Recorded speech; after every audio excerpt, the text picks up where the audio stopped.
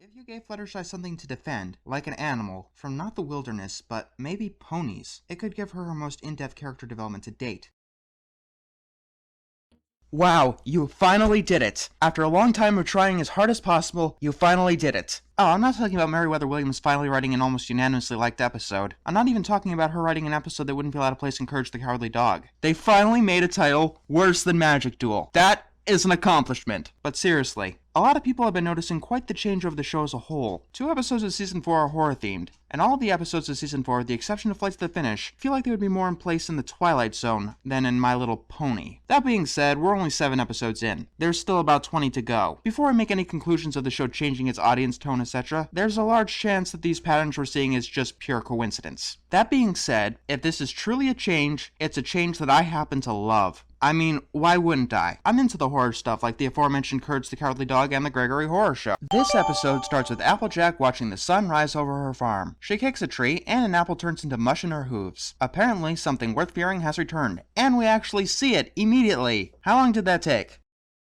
Right, not 7 minutes. This episode has started pretty much immediately. I like a plot that's willing to get going and not bog us down with redundant or extraneous details. Blah blah blah blah blah. I'm going to hold all of my punches towards power ponies. For now at least. Applejack rings a bell calling all of her friends, saying that vampire fruit bats are attacking her farm. Then Applejack reveals a giant apple that she's determined to protect. Applejack, when you go big, you really go big! A very minty Christmas gave the shippers enough ammo, thank you very much. Fluttershy, however, tells her that the animals can be reasoned with. She tries to do so, but they don't listen to her. It's going to take Fluttershy some time to get the hang of things with them. Applejack, however, wants them to get out of there pretty much immediately. Then we get our song for the episode. I really like this one. It feels like something right out of The Nightmare Before Christmas, but people haven't made that comparison before. What sticks out to me the most is that it shows both sides of the conflict neatly, and the instrumentation completely changes depending on who is singing. The only thing that I don't like is when the rest of the main 6 start chanting "Stop the Bats." Not because it makes them sound like assholes, but because it sounds incredibly disoriented. These animals are clearly seen as vermin. If you had a bat in your attic, you'd probably want to get rid of it too. Fluttershy suggests that they set up a sanctuary for the bats, and tells Applejack the benefits of such a prospect. Of course, Applejack wants to get rid of the bats as quickly as possible, because she had heard stories of a horrible shortage due to them. Rainbow Dash learns that this would vastly reduce the cider output. And did M.A. Larson write this episode? It feels a lot like an M.A. Larson episode. I know it was credited to Megan McCarthy, and actually written by Meriwether Williams, but with all the callbacks, the more mature tone, and the world building, it feels a lot like an M.A. Larson episode. That's a good thing, by the way. Cider? We need to round up these monsters and we need to do it now! Monsters? They look like monsters to you? Don't worry. It's just a joke. Oh, and that line is extremely important for the rest of the episode. The parasprites were first referred to as animals, and then pretty much as bugs. The vampire bats are flat-out monsters to the ponies, sans Fluttershy. Speaking of parasprites, Twilight wants to use pretty much the exact same plan. Yeah, I can't justify this. If it didn't work once, chances are it's not going to work twice. Now about the moral implications. To everyone except Fluttershy, these creatures are outright stated to be monsters. It wouldn't hurt to hammer in that point a bit harder, but the point still stands. Destroying or exterminating monsters is not morally wrong. You come here and enjoy spilling their blood. And listening to them cry out. You feel excited when you step on them and snuff out their lives. And Twilight needs Fluttershy to use the stare. It's not something I take lightly. I've made a vow not to use it except in dire circumstances. You best watch your step, Buster, or I'll give you the stare!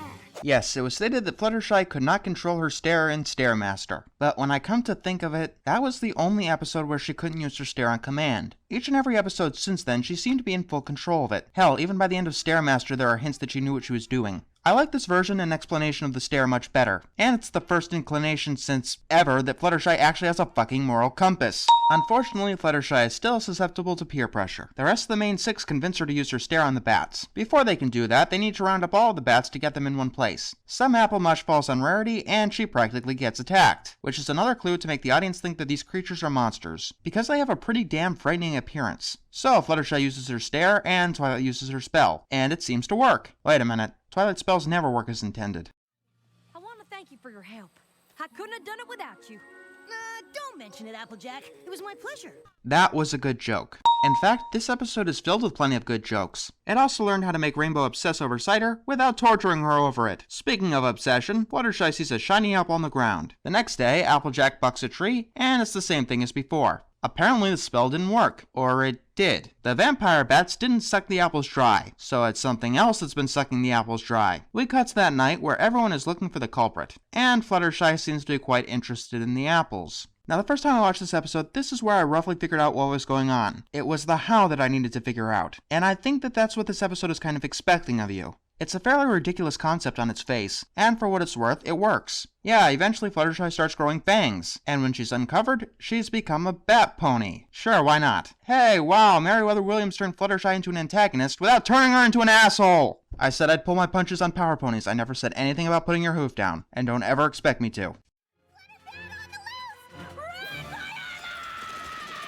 And now it's everyone's favorite part of the review, is Pinkie Pie in character. Yes, moving on. But seriously, nothing she does in this episode is out of character for her, and each joke with her made me laugh in this episode. Twilight summons a computer screen to explain that she accidentally transferred the bat's desire to be bats to Fluttershy. That's good enough for me. Oh, by the way, can anyone please point me towards the background music for this scene? I really like it. They decide to go looking for Fluttershy, but she's transforming more into a bat. Speaking of that, why does this episode have more Castlevania references than Castlemania? While they're tracking her down, Applejack feels a bit of sadness for possibly losing Fluttershy. Oh my god, she does have emotions. In fact, she has so many emotions, she's willing to sacrifice her giant apple to attract Fluttershy. Hey, Chekhov's gun used properly. Nice work. By the way, I'm still waiting on one of those keys. Twilight has a plan to get Fluttershy to use the stair on herself. Fluttershy flies towards the apple, it gets kicked out of the way, and she ends up looking at herself in a bunch of mirrors. It works enough to keep her distracted, and Twilight sends the doves back to the fruit bats. Okay, is that some kind of reference I'm missing? Oh, by the way, I love the little exchange here. Applejack builds that bat sanctuary that has future benefits, and we got 2 lessons for the price of 1. Fluttershy learns that she shouldn't cave into peer pressure, which isn't a lesson that I think she's even had the opportunity to learn before. And Applejack learned a lesson other than don't be stubborn. It's a Christmas fucking miracle! Oh, and Fluttershy still has a fang. Merry Christmas, fanfiction writers! Meriwether Williams' gift to you! This episode was interesting. It's definitely completely different than anything we've seen before. I hear a lot of people comparing it to Over a Barrel with the whole 2 sides of the conflict thing, but I don't buy it because we haven't had an episode like this before. We haven't had Fluttershy and Applejack interact like ever. Yeah, if you want to know what Meriwether's strongest trait is, I'll tell you right now. It's having 2 unusual characters interact. The more she plays that trait without contriving the setup, the better she'll be in the long run. Or she can keep trying to be M.A. Larson. As long as we get more good episodes from her, I'm game. Best Applejack episode since Applebuck season, best Fluttershy episode since Hurricane Fluttershy, best horror episode of the whole show, a realistic conflict, and 2 great morals. What's not to like? The fates were kind, they let me in the dragon's lair, the den of sin. I placed my sword upon its heart, and with a prayer I thrust it in. The dragon fell upon the ground, twisting. I heard a whimpering sound. A dragonling to his father clung, who only fought to protect his young.